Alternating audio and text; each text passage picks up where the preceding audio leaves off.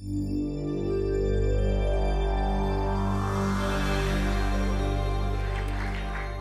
how many of you have a Twitter account?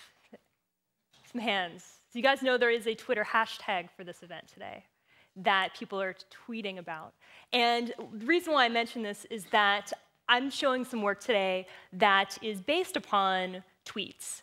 And as a visual artist, as a photographer, I've been really interested in finding ways to showcase different types of personal representation of portraiture. And this is something that I've been doing, this is a new project, about 4 months.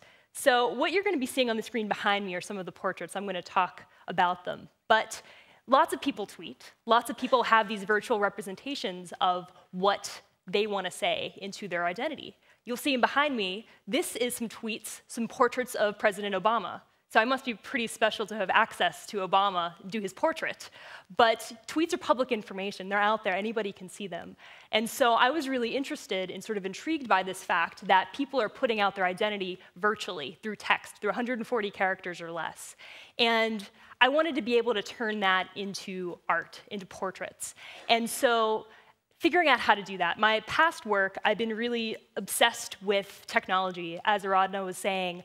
When I was in kindergarten in the Pittsburgh public school system, we had a computer art class, and we learned to draw using this program called Logo, where there's a little turtle, and you actually had to type in mathematical formulas to make a circle, or to make a line, or make a triangle. So I have these drawings that I found in my house of these kindergarten drawings, turkeys, Easter bunnies, of things that I did on the computer.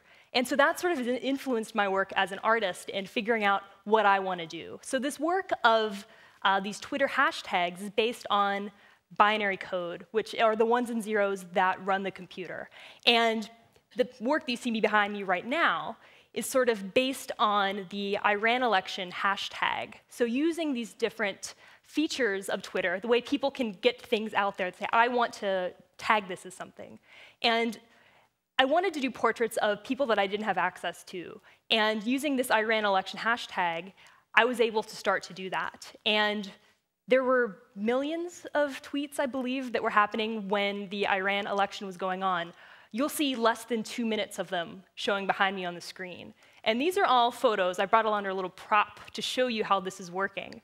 And we have a computer program. So all of this is open source. This is a thing called an Arduino, and LED lights. And the way I'm photographing this is turning the language into ones and zeros. And there's this persistence of vision that happens. And long exposure photographs turn this into portraits.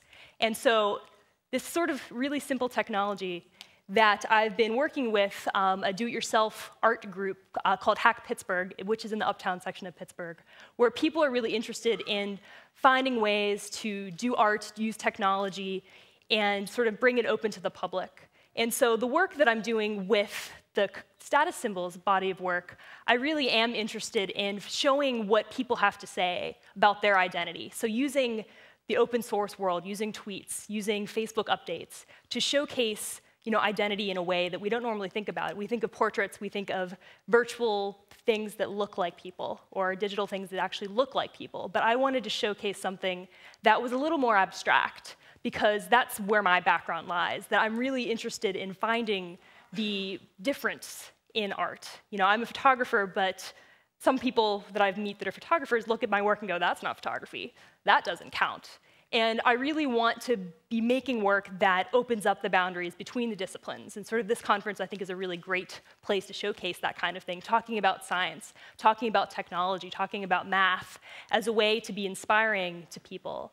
And so using something like this to be able to create portraits is sort of the newest body of work that I've been working on.